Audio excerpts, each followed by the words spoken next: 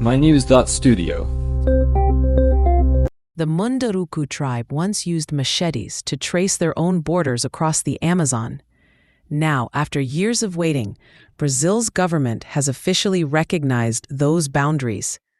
But the question is, will this recognition last? It's August 25th, 2025.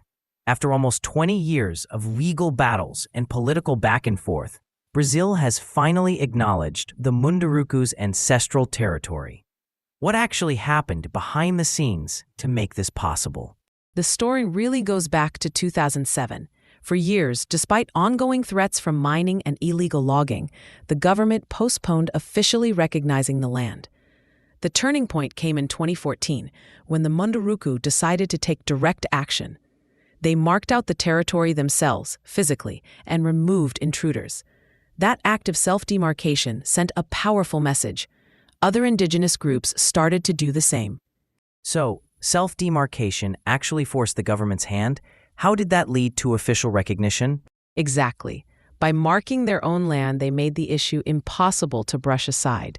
On September 25, 2024, the Ministry of Justice signed a decree that recognized the territory. It's over 178,000 hectares, about twice the size of New York City. And that legal recognition, does it have an impact you can see? Or is it mostly symbolic at this point? It's very tangible. Now, the National Foundation for Indigenous Peoples, FUNAI, has to carry out the physical demarcation. That means conducting surveys, installing boundary markers, mapping the area, and importantly, removing any non-Indigenous settlers. Sometimes that removal process involves legal notices and compensation. But if there's resistance, it can even require police involvement. That sounds tense. Has there been any resistance yet? Pushback is almost certain. In the past, when miners or loggers lost access to land, conflicts have broken out. This time, the government's plan includes monitoring, and if it comes to it, police protection for the Munduruku during the transition. There's a political angle too. The proposal known as Marco Temporal in Congress, that's still a threat to indigenous land rights, right? Yes. The Marco Temporal thesis would restrict land claims to areas that indigenous groups were occupying in 1988. That would exclude many territories, especially those that were abandoned because of violence or displacement before that year. So, even with this recognition, the broader fight isn't settled. And there are economic pressures. The region has been eyed for major projects: mining, railways, hydroelectric dams. Is there a risk that this decision could be reversed or undermined?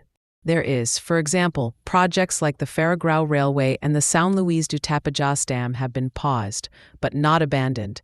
Lobbying for development continues. The Munduruku's legal victory is a big hurdle, but success depends on enforcement and continued political support. Why should people outside Brazil care about what happens to this land in Para? Because indigenous territories have consistently been the best defense against deforestation. Multiple studies show that these areas lose much less forest than non-indigenous lands. Protecting Munduruku territory means preserving a massive carbon sink, which is critical for global climate stability. So this isn't just about local rights, it's about the health of the entire planet. So this is a win for both human rights and the environment. Could this approach serve as a model for other countries facing similar disputes? It could. What makes this case significant is that it demonstrates indigenous-led conservation works. It offers a real-world example for other nations on how to balance development with ecological and cultural preservation.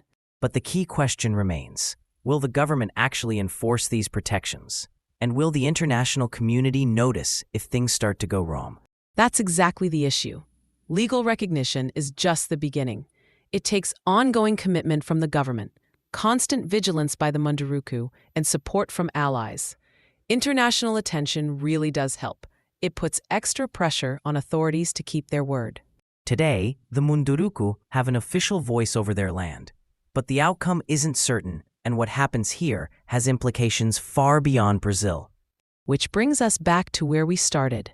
From machetes marking borders to a government decree, Whether this victory endures depends on persistent vigilance and support.